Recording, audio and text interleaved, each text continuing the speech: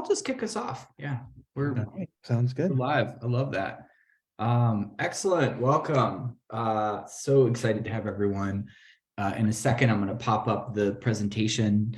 I know that you love to see our wonderful, friendly faces. I like to start to say hey and just make sure there's a human face, because I think so much, especially for job searchers, so much of the process feels kind of inhumane. You're out there putting it live.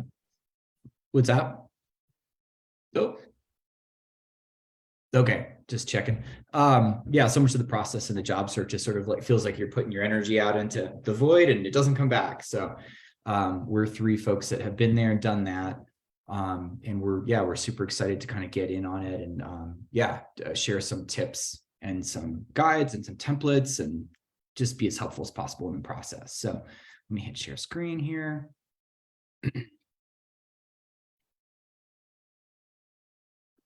All right, I'll close that one there and that one. And I'm gonna hit the full screen here. Perfect. So this particular presentation is a, it's kind of an update to one that we did in I think it was August, if I'm remembering correctly. We just, we do a bunch of webinars sort of periodically, and sometimes we kind of sync them up with the job search boot camp that we run twice a year, which is Elisa and myself, and then Albert's kind of an advisor for the job search boot camp. And it naturally kind of evolved out of the, the community itself. And so this particular presentation we ran for the first time last August. I just finished updating it. I mentioned a little bit ago that I was fact checking it today to make sure that the stuff that I'm putting in there is still accurate. So it's sort of freshly updated, which is exciting. And yeah, I'm super psyched to kind of go through it and hopefully be of help in kind of giving you all a little extra acceleration for your job search. So this is the agenda. We'll take just a minute to introduce ourselves. A lot of you probably know myself or Lisa and or Albert. So we won't go too long on that. And then we'll really dig into kind of the meat of it, which is some specific strategies about how to recession-proof your search. And so sort of these big topics here. And then, of course, throughout, please put your questions in the chat, ideas, examples. If you think of something we don't think of, throw it in there. We're all about kind of resource sharing as a group. And of course, we'll try to answer a few of the questions throughout the presentation, and then we'll have plenty of time for Q&A. We'll kind of always build that in to make sure any thoughts or questions you have are there. So excited to kind of dig in. So I think most of you know Albert's list, so I won't go super deep on it, but for folks who don't know, a very quick extra note is that it's been around. This is year 10, Albert. This is incredible. I kind of forgot until I just looked at this slide. I'm like, yeah, 10 years of Albert's list, right? That's pretty. Yeah, it's kind of crazy to think about. March 5th of this next coming month. We're gonna have to have a party of some sort. Yes, we will. And I remember joining the community in, I think it was 2014. So I was there about a year and some change. And I remember there were about 3,000 folks in the community at that time in the group. And now we're at, 47,000 plus. And it's really nice to see the community grow.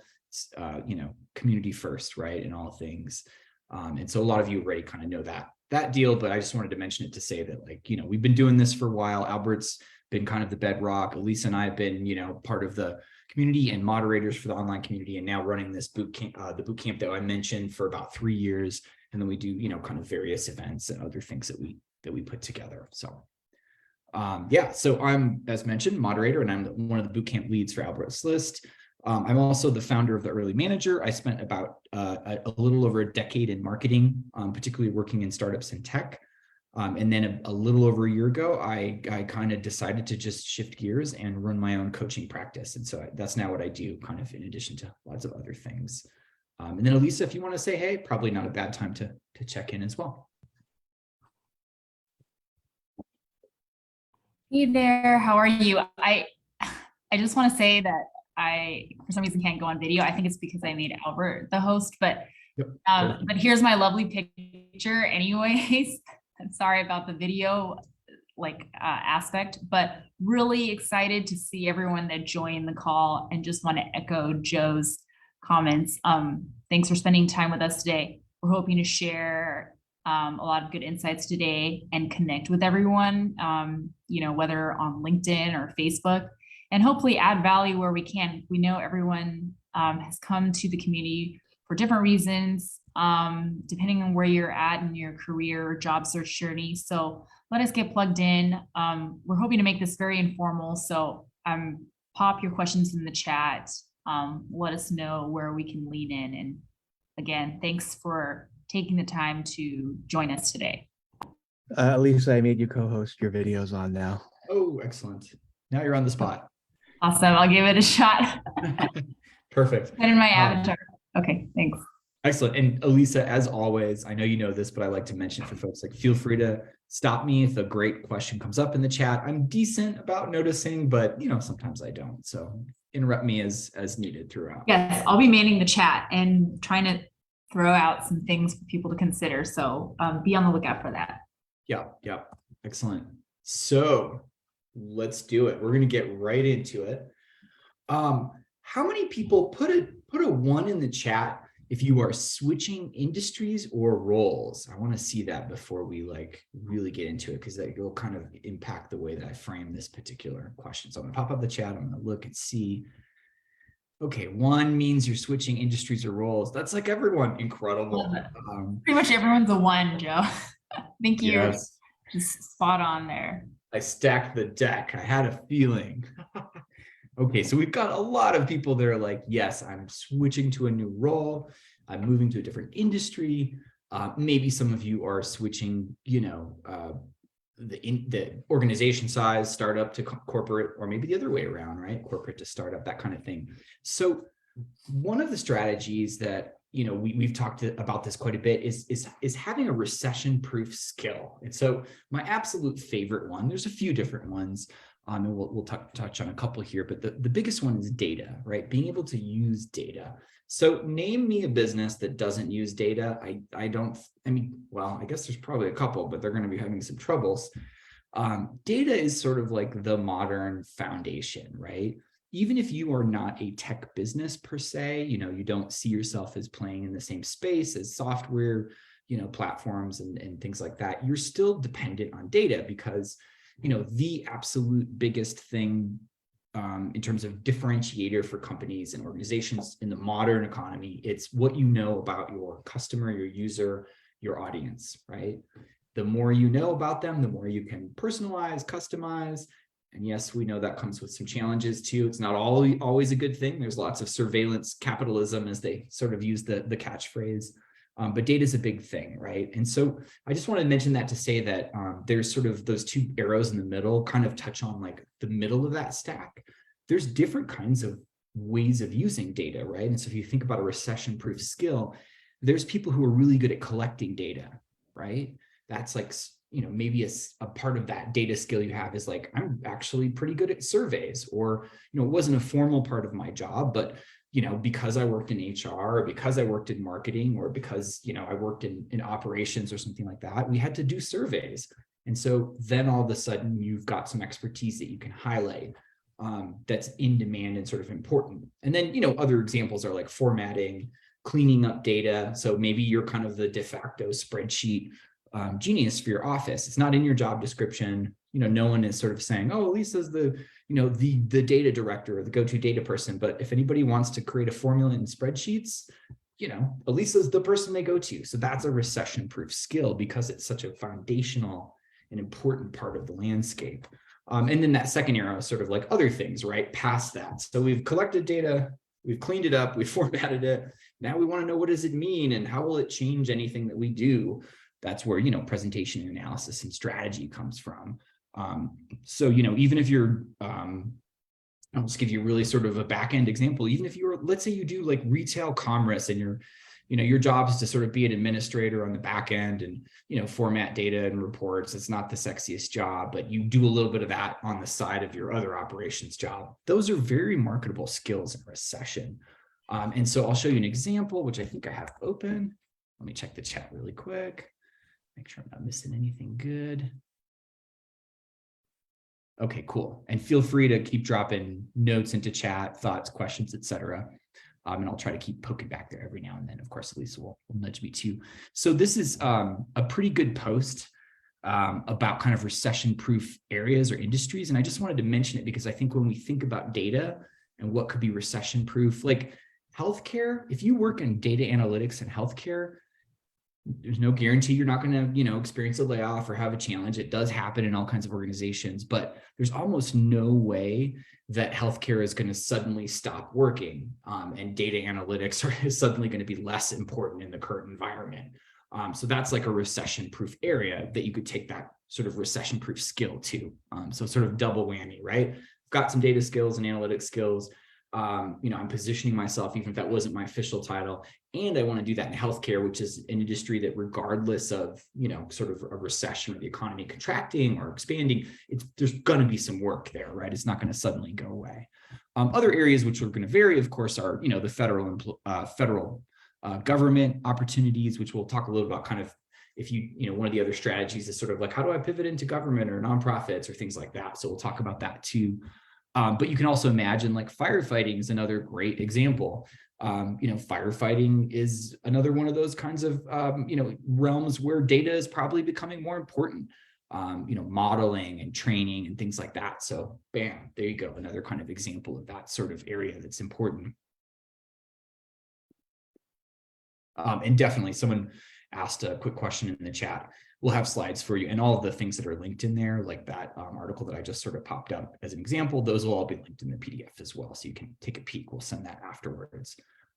So another example of a recession-proof skill set is sort of remote and hybrid work communication. This is a little bit less obvious, but there's still a lot here.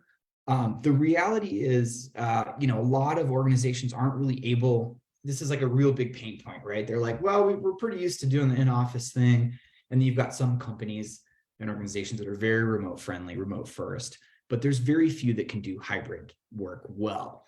And in fact, you kind of have to structure your apps and tools and your communication strategy and your team strategy for collaboration differently. Like hybrid is just different from all remote or all in person. So it's actually more complex.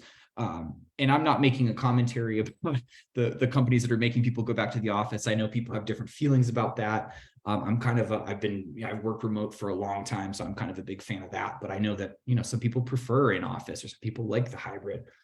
If you're in that middle stack, that's a recession-proof skill. Regardless of what happens with this huge kind of return to office versus remote conversation, it's not like it's going to stop being a challenge to do hybrid work, especially as companies get more used to hiring internationally and across sort of time zones and things like that, because you're just not going to have people who can come into the office as easily. So having some strategy of how all those things sort of work together, the habits, the norms, the tools, the apps, that's a really great recession-proof skill. It's probably only going to become more important.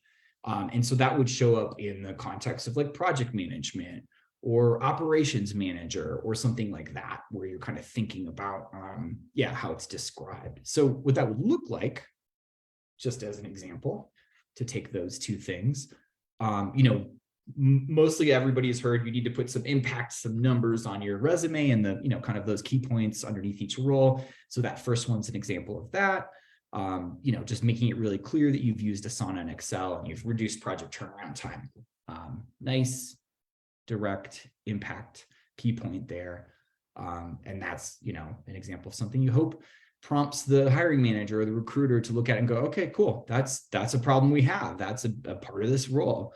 That's a big driver for us. And so tell us more about that, right? It makes them want to have that conversation with you, want to have that interview. Second thing is, and I've worked on support teams, if you're on the support team and you're kind of the go-to person who like figures out the spreadsheets or downloads the data or is sort of like segmenting, oh my gosh, a lot of our customers want this and a lot of our users want that. Okay, that's a data skill, right? So use that to position yourself. I don't just answer inbound emails and calls and chats and things like that as a support team member. I also look at the data and we change the way that we answer, queries and, do that kind of work.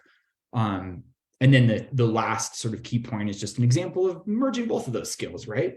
I'm a data informed marketer. I use data all the time. And I've also got lots of experience working hybrid and remote. that makes you, that position is really nice. It makes you, somebody who's kind of got some in-demand skills that will be important and relevant no matter what. And there's a couple of questions. Let me just check here. Yeah, Sri added a note in the chat. And yeah, we're definitely seeing kind of that return to office question, which is a little bit of a challenge. So, I think like this particular, the example around the recession-proof skill is sort of like hybrid, remote, flexibility.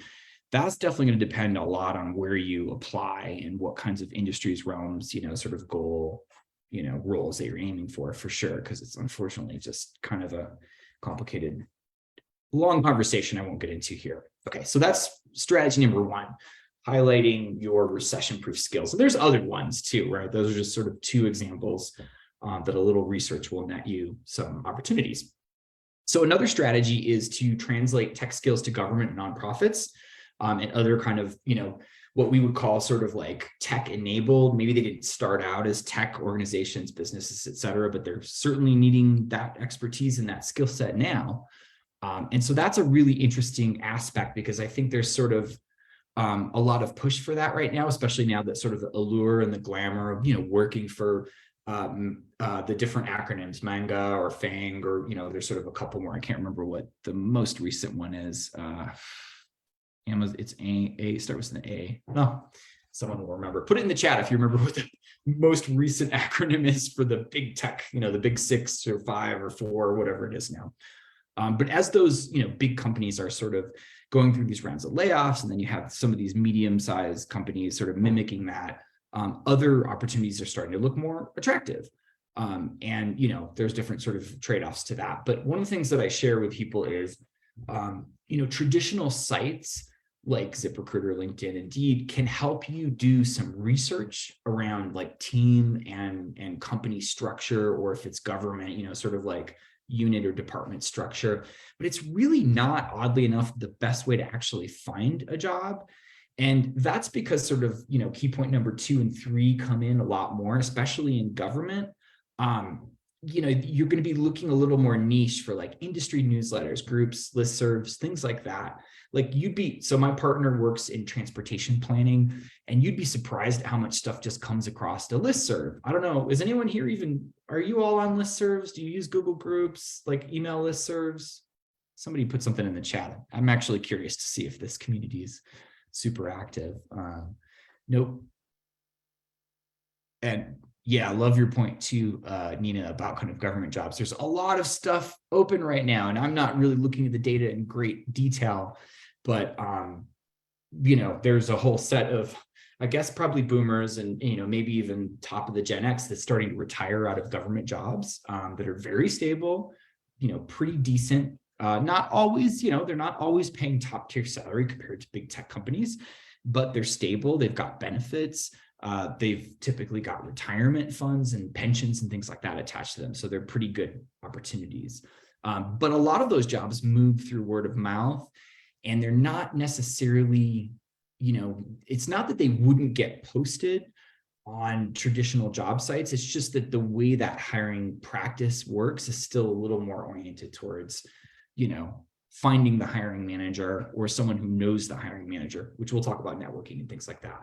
I think also another aspect about finding opportunities, which will pop up on the next slide as well, in sort of government and other sectors, is it really is important to do informational interviews. Like, I mentioned my partner's a transportation planner. She's now working for her second city. She worked for Sacramento she worked for a regional government authority. Then she worked in Sacramento. Then we moved back home to New Mexico, and she works here in Albuquerque at the city. Both of those cities, and a lot of cities are like this, you just can't even know what that environment is like if you don't connect with, reach out to, have at least a little conversation with somebody who works in those structures, because a lot of times the time of year that they post a job, the exact job description, things like that are kind of nuanced. And so, like, just as an example, this is, I'm sure a couple people can drop a note in the chat, and please do if you've worked in the government aspect. Oops, I dropped us back here.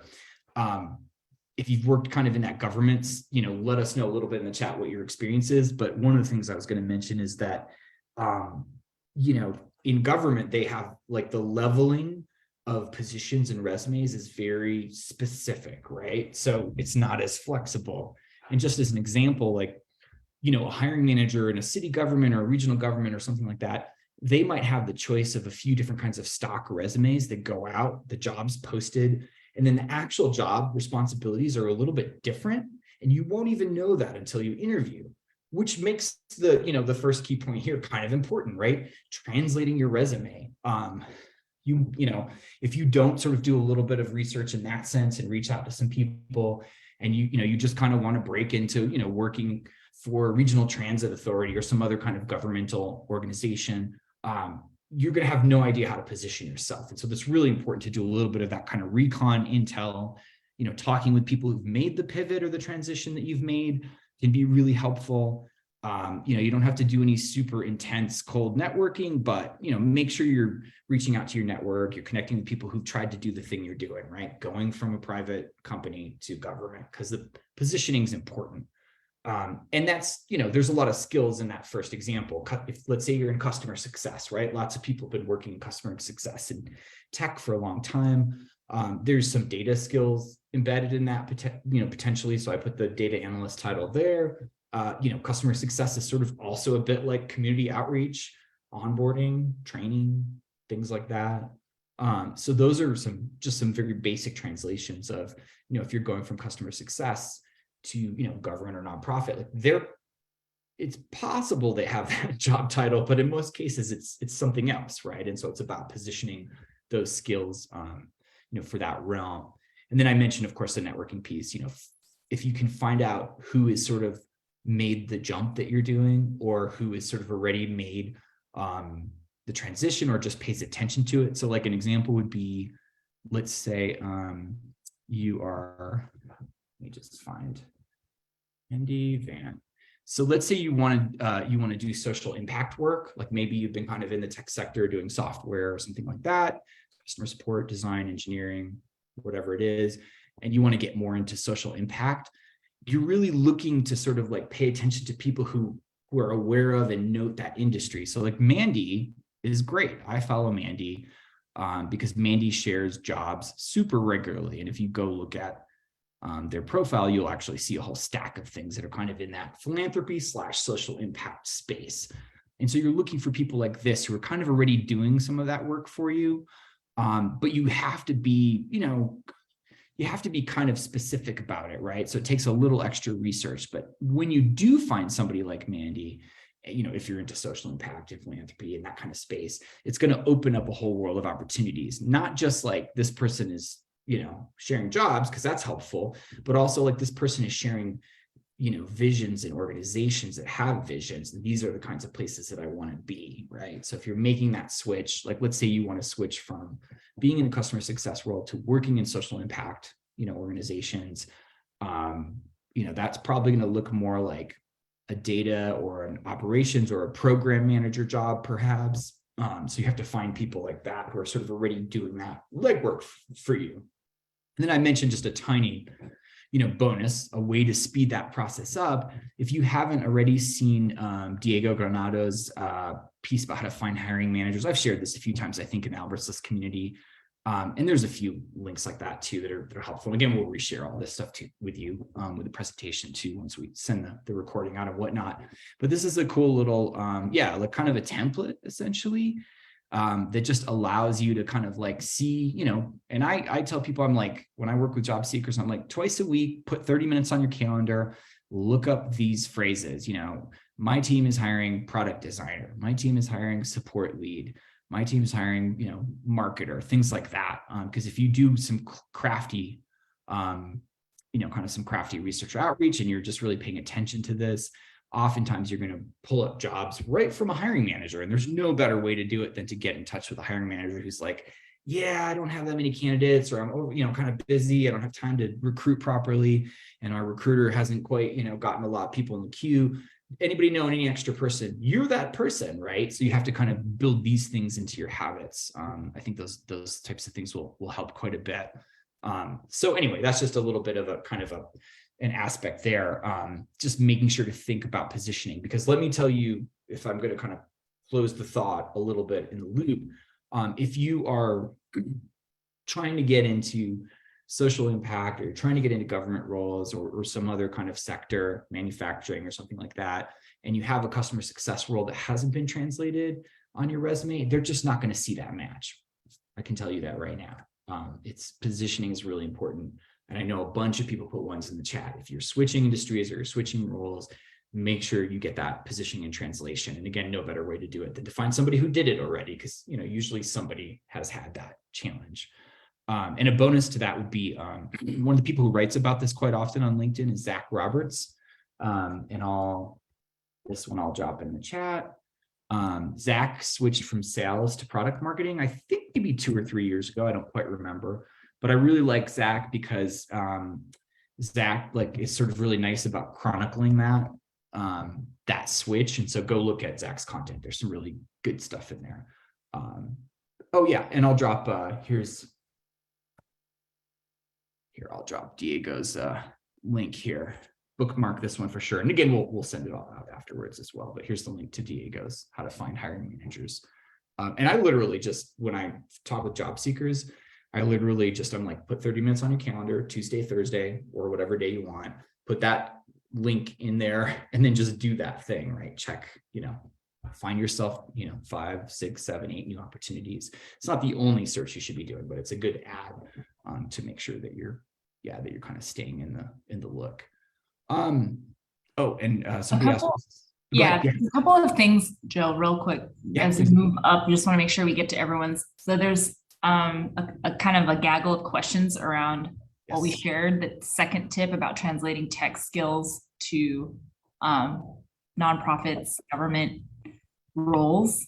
And so that answers Sharice's question, which is what was the second strategy?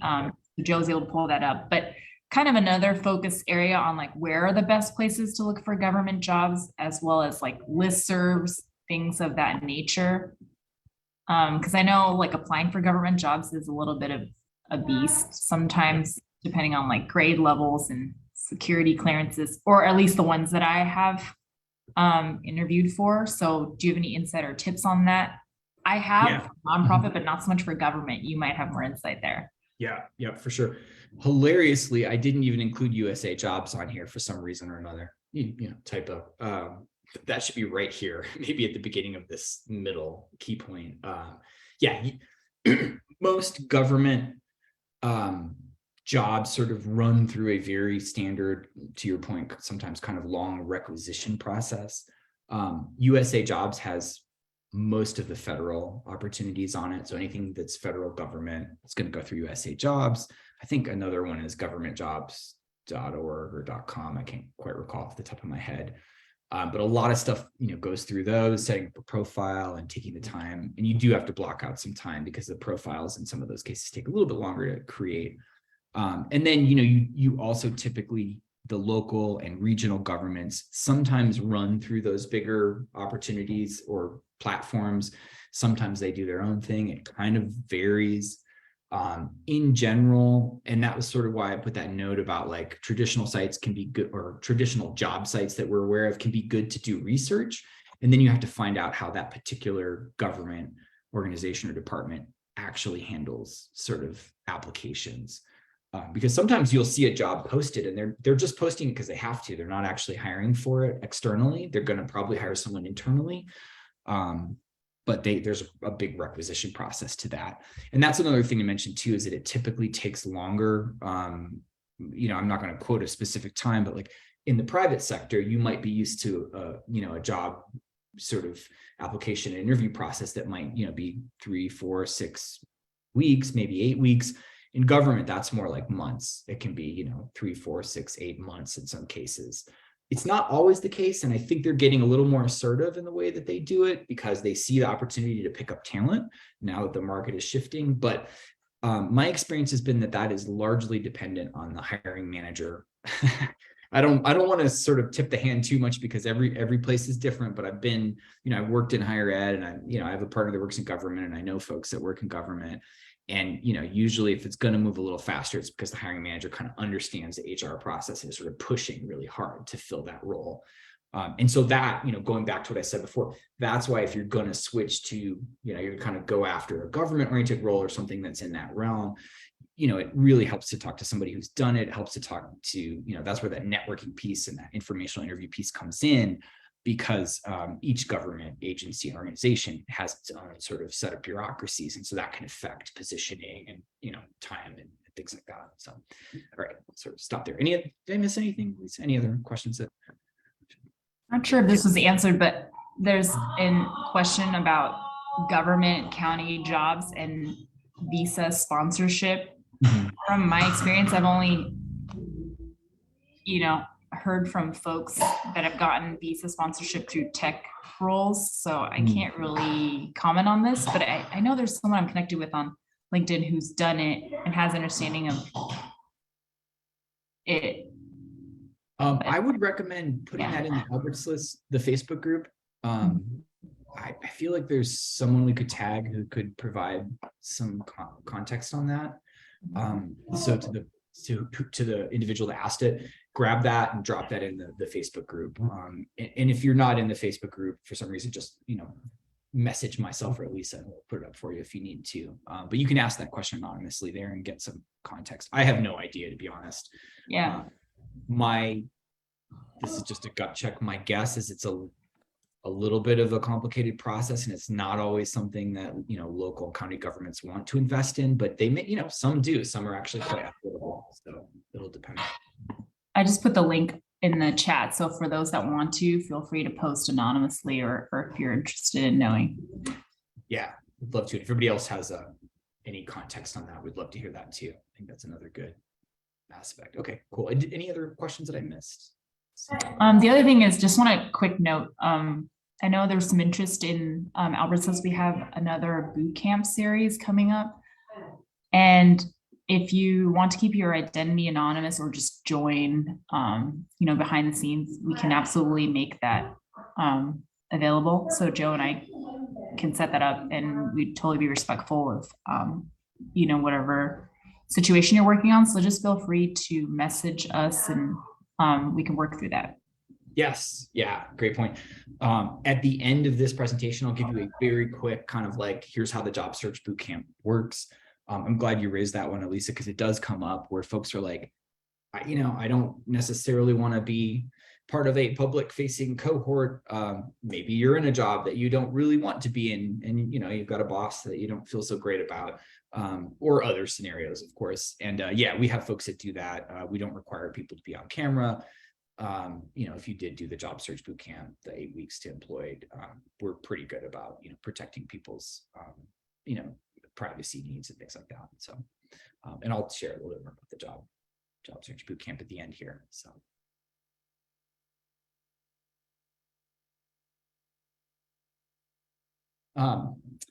Perfect. Okay. Yeah. Let's do strategy 3, and then we'll pop back. I know there's a couple more questions. We'll come right back to those too. This is a strategy that I call, this is kind of from being a marketer over the years. Like we use this phrase, the riches are in the niches, which is sort of like a way of saying like reach people specifically from the marketing side. But that's also kind of true in the job search. It works a little bit differently, but I think it's still kind of a good phrase. And so it's sort of about being specific, but not, so specific that you're like, well, there's really only 4 jobs in the entire state of California that do this thing I want to do. You're not going to have a high likelihood of landing those jobs, right? You probably higher competition. And so this is sort of really about, creating a list of words that are your goal to get to. And so on the left, this is like, I don't know, this is sort of a nice medium round. Like, let's say you want to work in startups, right? And you like social impact, and you don't want to work at a startup that's in the pre-seed or seed because you need to get, you can't afford to take a lot of equity and get paid less, right? You need to have a decent salary. You do want to work in a startup, but you don't want to work too early because of the stress of that or the financial situation. You want to be in social impact, and maybe you want to avoid a place that has had layoffs, perhaps.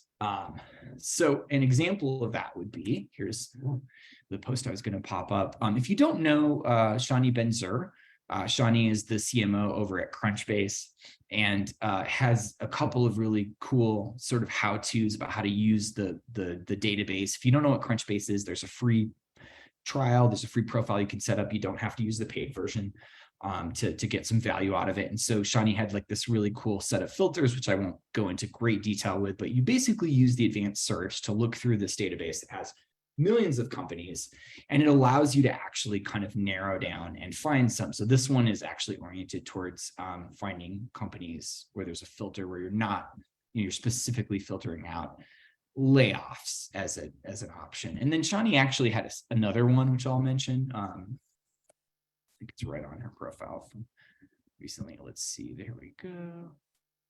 It might load. And while we're waiting for that to load, I'll drop this particular. Oh, good. And someone mentioned the bootcamp as well. Thanks, Albert, for dropping the link into. If you want to get a little more detail before I kind of give the quick overview, you can check out the bootcamp on that Eventbrite page as well. So Shani is the CMO over at Crunchbase. And yeah, here we go. Here's another filter that she ran, which I really like. There's that one. Let me grab this one for you. This one has an active hiring aspect. And just so you know, oh, she mentioned it, good. It comes from Jobio. So I don't understand the integration necessarily, but Crunchbase is connected to some kind of like automation that checks for jobs that are posted on, probably Greenhouse and other job boards. And so that's actually a factor that you can search for. So if you did want to, put US-based social impact startups, actively hiring, that's totally a filter that you could do. So I'll drop that there as well. Sorry, there's a lot of link jargon there with the UTM codes. But the reason that you want to do that is essentially you want to kind of find a sweet spot, right? So I mentioned before, like you don't want to, you could, it depends on how, if you're a PhD and there's only 4 people in California that even do what you do, then go for it, be specific. But for a lot of us, we're trying to find a list of, organizations or companies that we resonate with, that we feel good about. And if you can have a list of 50 to 75 and you can use a database like Crunchbase to figure that out, then you can start following all those people on LinkedIn. You can start, sign up for the newsletter. You can pay attention. You can check once a week to see, if their job board has any updates. Like it just allows you to make it actionable, as opposed to being sort of like, I want to apply to any product manager job in the entire, world, and LinkedIn will just send me all these notifications. Well, good luck sort of, being able to sort through that. That's a lot of work and it's frustrating. So this particular strategy is sort of looking for a niche that allows you to, to kind of get in there. And there's different ways to do it. I put a couple of examples, but like, let's say you are someone that, this is a target area for you. You care about small businesses, you are interested in meditation and practices that make people's lives better, and you're curious about following apps.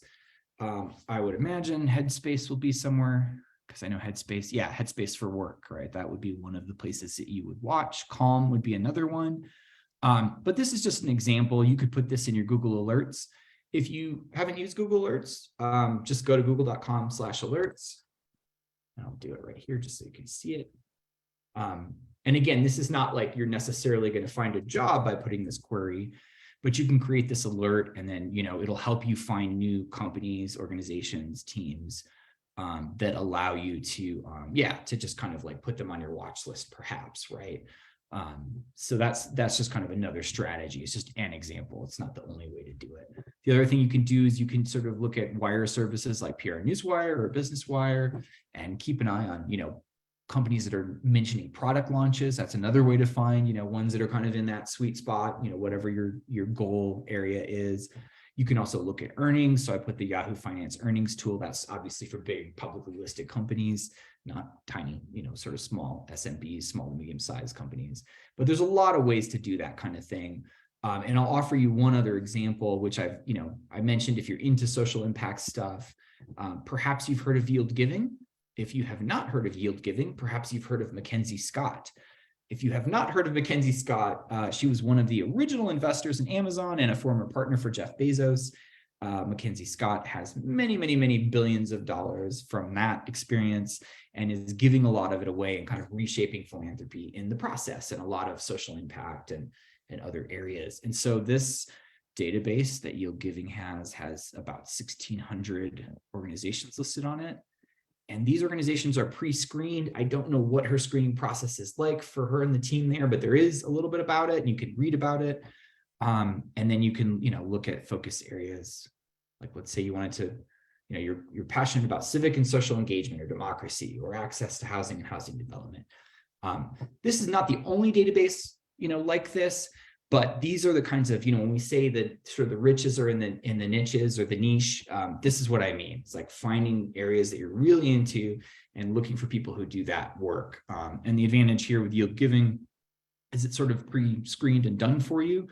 And then also, apropos to the conversation about layoffs, you can actually see, wow, this organization, not all of them, the funding amounts are listed and there's different reasons for that. But like, let's say you're really into literacy and you also want a job where you can maybe, have a positive impact in South Asia and Africa. Great. There's an org that does that and they're funded to the tune of $25 million in the last couple of years. It's not a guarantee there won't be layoffs, but, pretty good odds if you go to their site, Room to Read, and, you look for the careers page, which is usually down there somewhere. Let's see what they've got going on here. I'm just doing this randomly. They might not have anything open, just as a disclaimer. Okay, they've got 89 jobs open here. And cool, that's awesome. I love that they've got a bunch of really interesting international jobs. I have some people to send this to because I just remembered I know somebody who is really interested in this area. Anyway, long story short, the riches are in those cool little niches, right? With those spots where you can find things that you're passionate about, you're interested in. Hopefully they're well funded or they're doing well, things like that. So bookmark that because that's actually going to be useful to send to someone. Any questions on that particular strategy? I think it's one that takes some time to do, but it's pretty darn useful once you start doing it. And it, I mentioned, I shared with you that one profile, that individual Mandy Van de Ven, who tracks social impact orgs and jobs. If you start like finding a couple of people like Mandy and you're using a database like Yield Giving, that's a great way. I mean, you're going to start to accelerate your opportunities at nonprofits and social impact orgs very quickly. Super cool stuff. Lots of opportunities there. Yeah.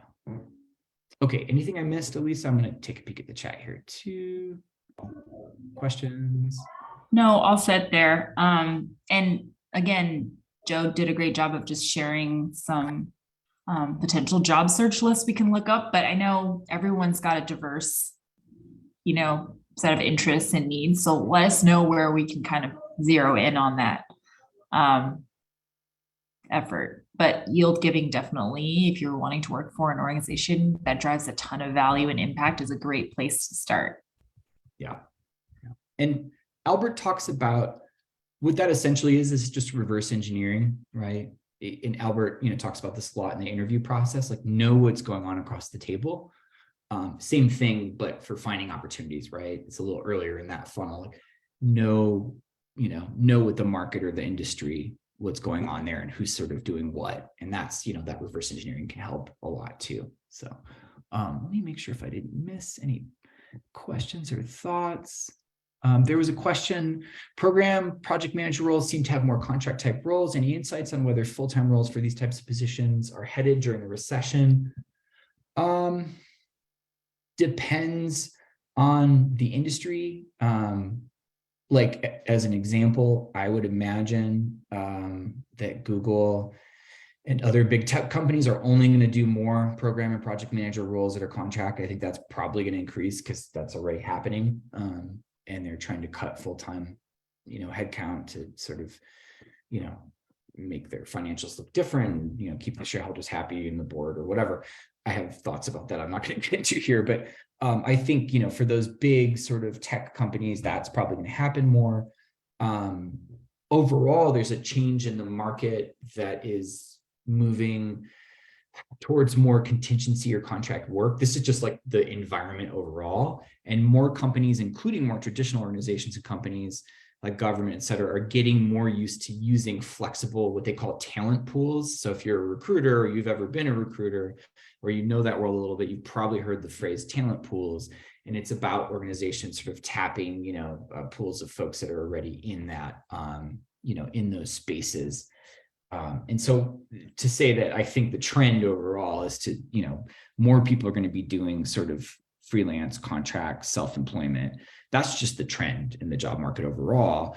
And there's different, advantages and disadvantages to that. I won't get into super deeply.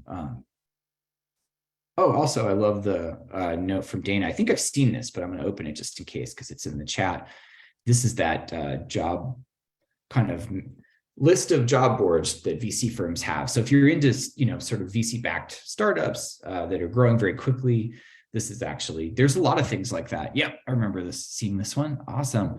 There's a lot of kind of like aggregation things like this. So thank you, Dana, for aggregating, because aggregators do, a really great role of getting people kind of patched in with opportunities, which is usually a bit more work than anyone realized. And then Hamad asked, and by the way, that's a great example, Dana, of riches in the niche, riches in the niches. I always say it wrong. It's riches in the niches, but I like to say niche. I just kind of prefer that word. That's a great example of that strategy, right? Which is like know where the aggregators are, like things that are sort of collecting.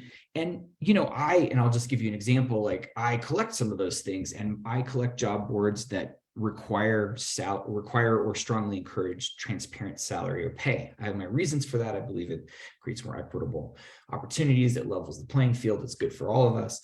And so I actually, don't share stuff unless there's a salary or a pay range on it. That's just my sort of world that I live in. But there's a lot of people that do those kinds of things, right? Where they're kind of aggregating. So that's a great example. If you're into startups or VC-backed stuff, that's a place there. Hamad, I think you asked a question, what about accessible accommodations by employers? Are you asking about kind of relative to the contract sort of contingency, freelance thing specifically? I don't want to assume that. So put a note in chat and let me know if that's kind of what you're thinking of. And then Greg asked a question about, do you know of a good website to find part-time work? I find that sites like LinkedIn and the Mom Project misrepresent the part-time and full-time aspect. This is a pain point in the market, I think. Albert, Elisa, if you have any thoughts, chime in. I find that, I see the same problem. So. Yeah, no, that's a great question. And it kind of depends on your specific goals. So for hourly work, I've had a friend get a job through Snag a Job. Duh, it sounds just as it is, Snag a Job. I think Flex Jobs is good for remote / part-time roles. And like for freelancers, gig workers, or you're just looking for like more project-based work, I feel like Upwork is good for like digital or marketing, product design, contracted work. And I don't know, like best overall, like maybe even Indeed. I've heard folks say that that's a decent platform as well, just to look. Yeah. So those are just some. So like Flex Jobs, Indeed, Snag a Job for really like hourly based work. And those are some good areas to start. Yeah, my experience has been that the quality is super variable across all of the platforms when it comes to part-time work. And by that, I mean part-time, like fixed with benefits, fixed salary versus like contract or freelance, because those are different things. So there's no easy answer to that one. As far as I know, I think there's a gap in the market there. But all of those places are, places that you can sort of check and keep an eye on. And again, I think it does kind of matter which vertical you're into, right? Because certain part-time and or sort of, flex or contract jobs are not going to be around in 10 years. They're, some of those things are getting automated, like data entry and things like that. And so just if you can sort of get yourself into a particular niche, that's going to be stronger in general. So, and of course, people definitely feel free to drop extra items in the chat as well. So let me run us through strategy 4 and 5, and then we'll come back and kind of check on any other questions here. So strategy 4, this is the networking one. I know not everybody loves networking, totally get that. But this strategy is really about keeping the fires warm. And I tip that to Albert, who's talked a little bit about networking and how that's only becoming more important And so I'm not going to hammer this home because it's a whole sort of, subtopic that has a lot of nuance to it. But the sort of 3 key points I would say is like, when we're in the job search bootcamp, which I'll hit home on in a couple of minutes here, we talk about using the power of small asks. And when you're networking, this is the number one thing that I recommend is don't weight the conversation. Don't weight the relationship too much too early. If you are reconnecting with a former colleague, or you're just meeting somebody for the first time, whether it's at a virtual event or an in-person event, don't accelerate that too fast. Build the conversation, take the time to get to know them, right? And that's the second point. Everything's a conversation, right? Just keep it and maintain it. So an example of that would be like, let's say you find a really cool job, you look up the team on LinkedIn, you realize that there's somebody that, is fairly active, and you're like, gosh, maybe I can message this person. Don't message them and ask them to give you a referral if you don't know them. That's a big ask, right?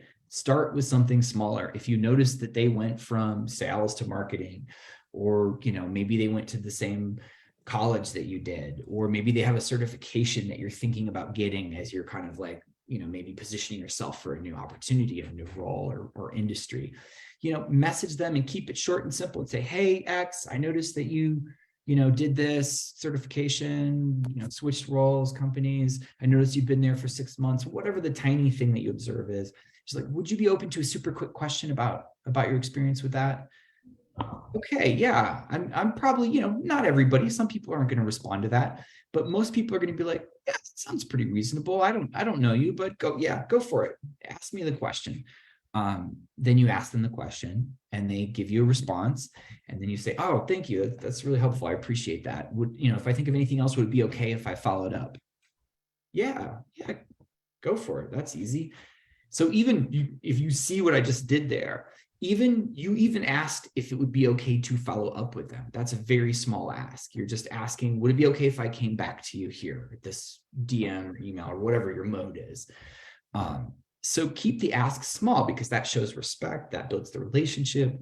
And, if they get to know you a little bit, a week later, you're like, hey, I actually applied for this job and I have a recruiter screen. Thank you so much for answering that question. It just made me feel really good about the opportunity. I just really appreciate it. And the person says, yeah, of course, no problem. And then like maybe you ask them another small question. Hey, I'm talking with a recruiter. I noticed that this or that. Do you have any other advice, or can I ask you another quick question? Yeah, go for it. Then you're building a relationship. And guess what? If you get to that hiring manager round, that person is going to mention you anyway. They're going to be like, I'm on the, let's say it's a marketing manager and the marketing director, it's like, yeah, okay, we got 3 candidates we're going to interview. Oh yeah.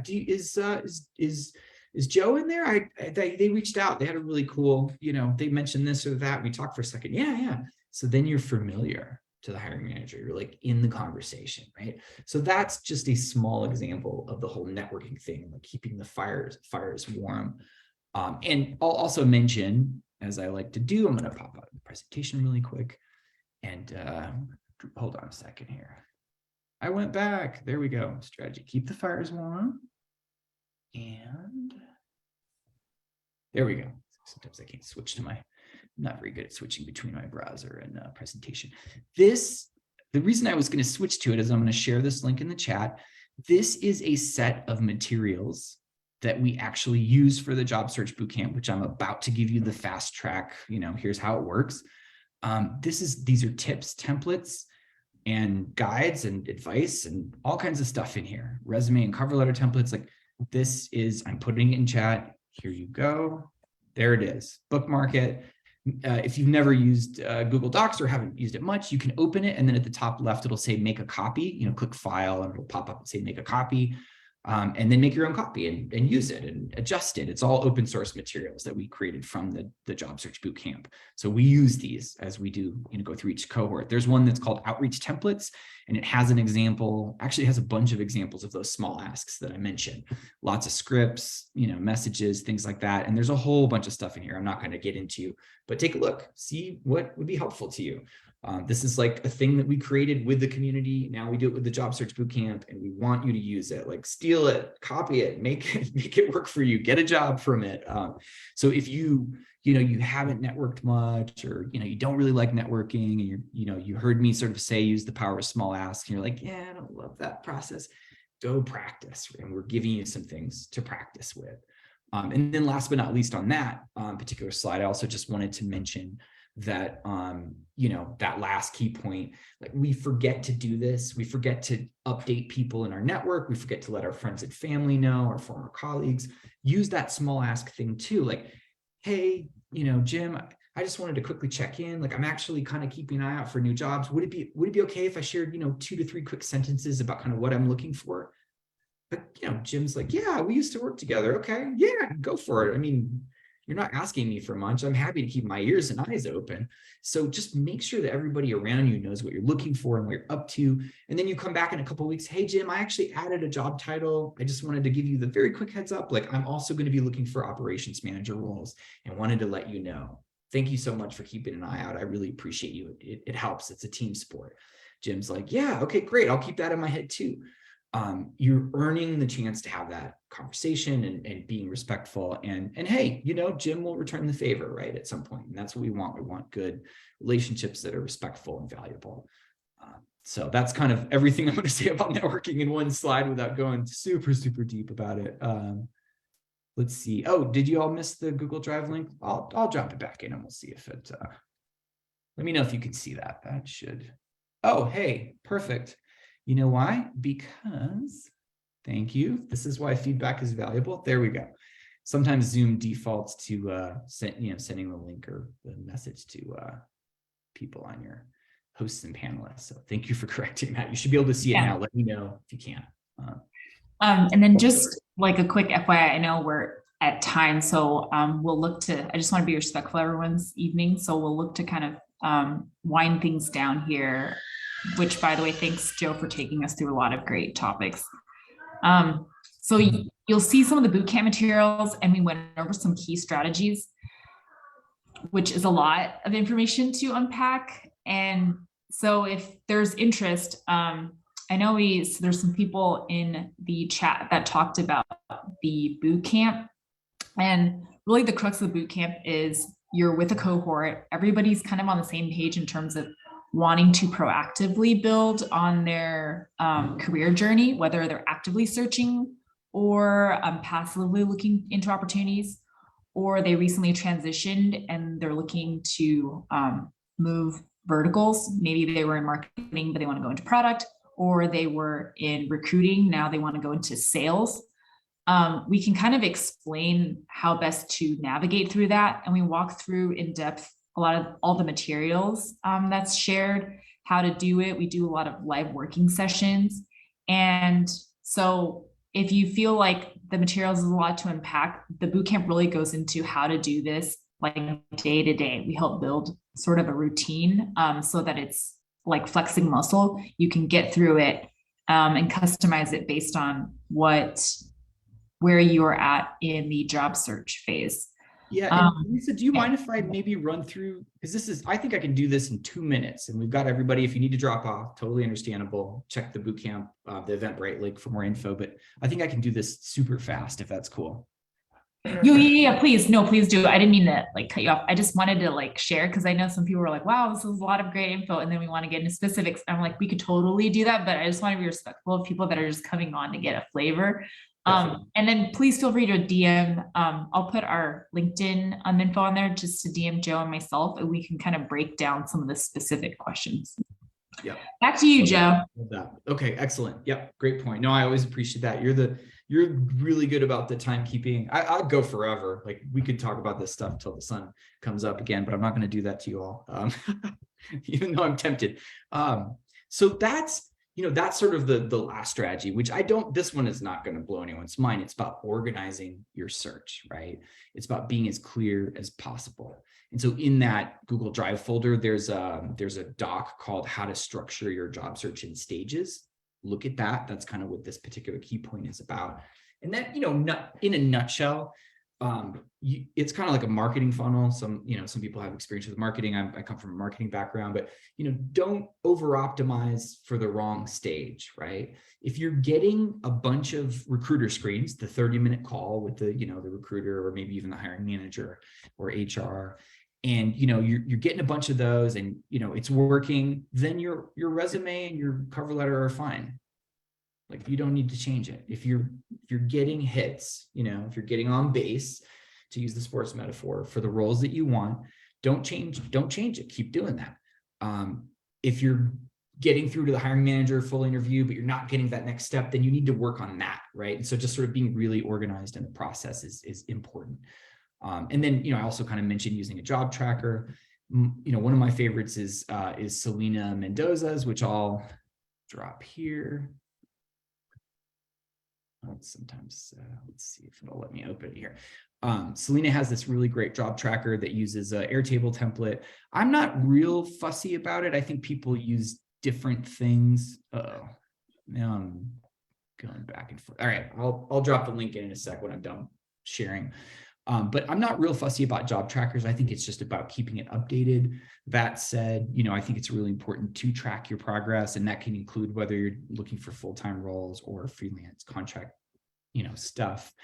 But just make it flexible, right? Have an organization to your search, and just keep looking at your habits and adjusting. So like that example that I gave you earlier of, using Diego Granado's kind of like how to find hiring managers on LinkedIn. Everybody's going to do that a little differently, but like, try putting it on your calendar for 30 minutes twice a week. Maybe you want to do all that on one day, so it's different for you. Totally understandable. Customize it, look at it, kind of figure out what works for you. So long story short, that brings us to the bootcamp model that we use. This is a model we recommend whether you take the bootcamp or not. It's just be methodical, right? And a lot of the materials in that Google Drive folder I shared are built around this particular style.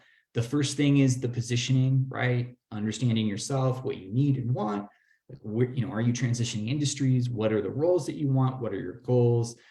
Having clarity about that. It pretty much all starts from that. I'm not saying that you can't, send out your resume to 1,000 roles in 2 months and not get an opportunity, but it's an exhausting process, and it's better to be specific and relevant if you can. That's the general rule of thumb. So we go through that process with the bootcamp cohort, and then that kind of gets us to week 2 and 3, where we sort of really get down to fundamentals, get your core materials in shape, get your application habits and your style in shape, make sure that you're sort of fine-tuning where you're finding jobs and opportunities. Naturally, that kind of goes into that networking piece, which I gave you the shortest little preview of, kind of the power of small asks and how to get comfy doing networking and how to really get in on that. And then, of course, right around in the middle, that's when we're in kind of interviewing and, talking about like, how do you position yourself as you're in the interview process? How do you make sure that you're kind of building credibility in the middle of that stack, showing that you understand the organization and the team, things like that, I think are really important, kind of what's happening across the table. And that you show that, yeah, not only do I have the skills and the, the experiences, but I also am showing that I get the context of what you're trying to do on that team or that company. And I'm, showing that you get it and you can plug right in, you'll be able to jump right in and be helpful there. And then, of course, at the very end, there's the old standby, which is negotiating, offers and benefits and things like that. So that's kind of the model that we use. This is just a very quick recap. And yeah, we'd love to have folks join us for the bootcamp. The very quick pitch version of it is that it starts February 13th. So that's a Monday. And then we run every Monday evening at the same time for 8 weeks. And we go through that process. People typically have different strengths. Like, some people are like, yeah, I got all my materials figured out. Some people are like, I need help with materials, but I've never done networking. It really varies. And we do have folks that are kind of, anywhere from early career all the way up to senior career, or switching, industries or roles or things like that. So we're pretty flexible, and we try to make sure that the process serves each person. And on average, I would say usually about a third, about 35% of people that take the bootcamp are looking, it's not a guarantee, of course, but about 35% of people are looking at least an offer by the end of that 8 weeks, because we really do try to accelerate the heck out of it to make sure that people are, well positioned and have a good experience, and most importantly, that you get a job, because that's, this is sort of it's all about that. Yeah, and so I mean, I think the other thing I want to add in here, Joe, while you say it, is if you go back to those skills that you learn here, Oh yeah. right? We're in a really unique job search time because all these companies are laying off every single week, and there's a confluence of all these various things, right? There's inflation, there's AI. I mean, Joe and I were texting back and forth about that today. Yeah. Big green paragraphs over text message. There's and so number one is getting started early, because a lot of people are going to wait until their severance runs out, or they start having to get their $450 a week or less on unemployment if you're in California. But then the other piece is the things that you really truly need to stand out in your interviewing, to stand out as you hunt for work, networking, because networking is going to be more important than ever this year, and really and being repeatable about your job search, which is really what this whole entire system is.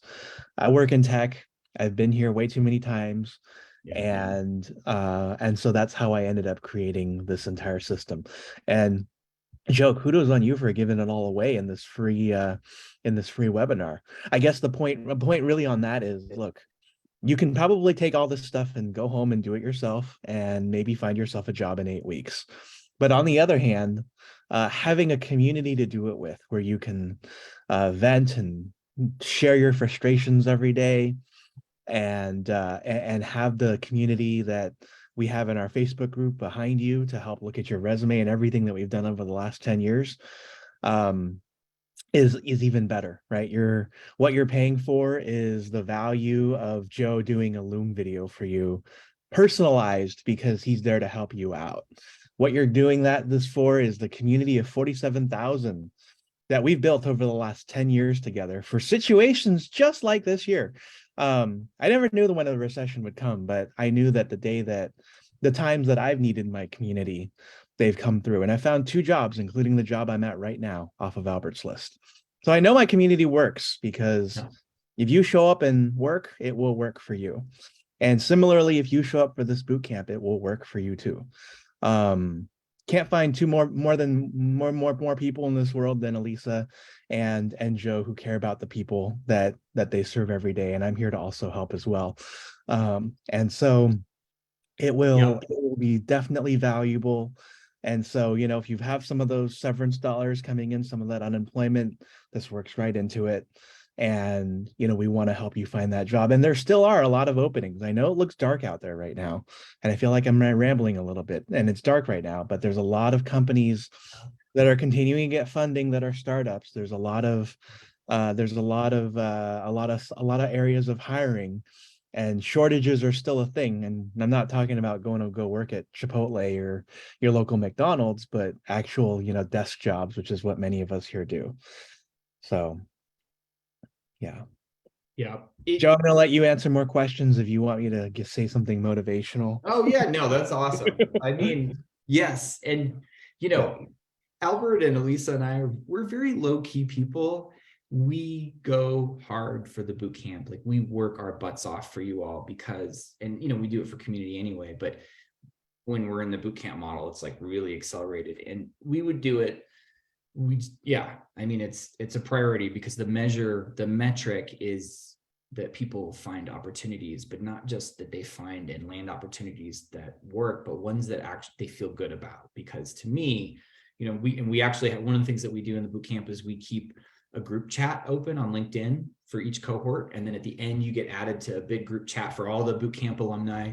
And I mean, nothing is better than getting a chat message from someone being like, not only did I get a new job, I got rid of my old crappy job that I hated, and now I have a boss that I actually like working for, that respects me. And there's always trade-offs. There's no perfect role typically, but that's why we do this, because we want you to be in a place where you're respected, valued, compensated, appreciated, and that you care about it. And we're really, and we think about job search all day long. I'm driving to go run errands over the weekend, thinking about how Robert's always texting us. Yep. Yeah, about how ChatGPT is going to change how you job interview, and this is going to be probably something you'll hit in week 5, right? So No one's really talking about how AI is going to transform your job interview yet. But I think it's time to probably put out a new presentation on that and how it's going to evolve everything. So that's probably I'll $249. tip the hat because I haven't texted you about this yet, Albert. So I'm just going to share it with you and everyone at the same time. I think what's going to happen this year because of that, ChatGPT especially. Look, ChatGPT is going to just, I'm not a huge fan, and I'm not going to go into how that works or why, but it's going to make the process of like message matching the cover letter and the candidate even more complicated, because there's all these people who are going to reverse engineer that process even more faster and more easily. And there's going to be even more people that go into the interview process, and then the hiring manager or group panel is like, wait, this person, what? They sounded so good on paper, but now we don't think they know how to use SQL. And this job is all about databases, you know? So I think that what is going to happen is create even more noise, which of course makes positioning yourself and also interviewing even more important. So that's my 2 cents on that. Off the cuff, and we're gonna and the other piece, I guess, since we're just telling people what we're going to teach them and then we'll teach them, is you know, like here's what I'm envisioning is that a lot of interviewing these days is backwards facing, right? So we look at job interviewing like we look at the stock market. Past performance is hopefully an indicator of future success.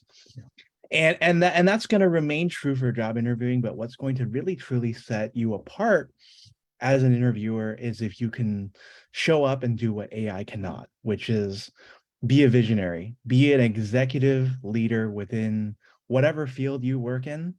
And even though you may not be getting paid or have that job title, but it's to show up like that with the interview, because that's going to set the difference. And I want to help you all create your own vision of what it looks like to be that leader within your industry, idea-driven leader even. And so that's going to make a big difference. And we're going to teach that in this boot camp, along with networking, along with creating those repeatable processes and so forth, so that you can work at the level that you know that you've worked, right? We all know that job interviewing and job hunting is a really, really sucky experience. And I'm here to systematize it so that when it comes to filling up your calendar, it's going to look really, really full. And in fact, I don't know if people want me to. I love it. I can show them what my calendar. No, we should close it. Let's save that. I don't want to go off too hard. I'm interested. Yeah. I don't want to spill the beans on that, but it's coming. Okay. There's an interesting. I love it. I think we should do it. There's a unique POV on it. Yeah, Elisa. I'll close this up. Enough selling. If you're interested, check out the page that Joe shared. Yeah. If you're still not sure, we're doing an encore next week, and you can reach out to Joe online, and we can all have a call and discuss what your future options and choices are. So Joe, I'll hand it over back to you. Yeah. Love that. Yeah, I don't want us to go off because Albert and I will just keep chatting we'll just keep talking all night. Elisa, any other thoughts to close this out? And then I'll say one tiny last thing. No, you guys did such a great job at capping it off.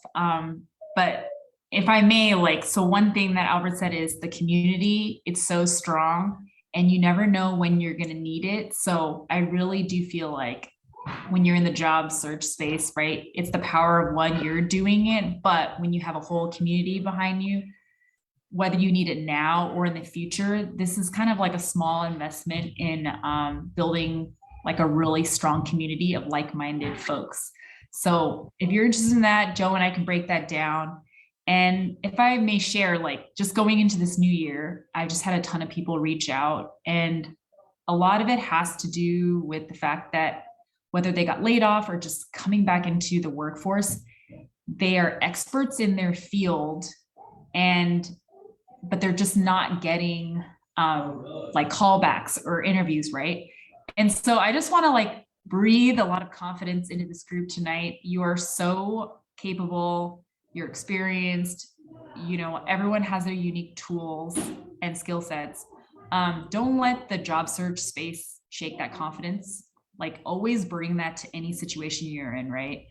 The key here is how to job search effectively. And Joe and I are going to be your silent partner in that. So that when you start your job search process, you know exactly what you're supposed to do, where you need to be, who you need to reach out to. So that's probably like, so it's the community, but it's also Joe and I just having done it so many years now, really breathing that to life. Don't lose your confidence. You are so experienced, you are qualified, and you deserve everything that will come to you. Just got to put in the work, and we're here to partner with you on that. Yeah. It's a team sport. I always say the same thing at the end. Elisa knows job search is a team sport. That's why the boot camp exists. Look, I have ADHD. So if you send me a Google Drive folder with a bunch of tips, templates, and guides, I might do it all, but I might not. It's about accountability. It's about support, and it's a team sport. And I guess if, I always sort of close this out all the time anyway. So this is the last thing I'll say is, job search is a team sport, but it's also just in general, like, do not do these things alone. Have a team, have people that are going through the job search with you. They're your peers, right? They're job searching too.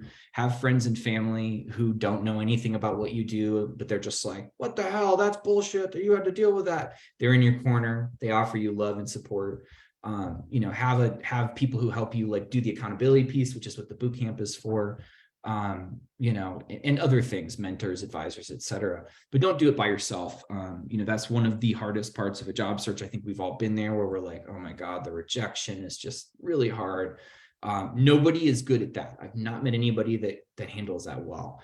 It's just hard. It's a thing that comes with the territory. So have a team, right? Have a team that's on your side, and be organized and be disciplined about it. And and have support, because it's the world is a tough place right now. The job search is a tough place right now.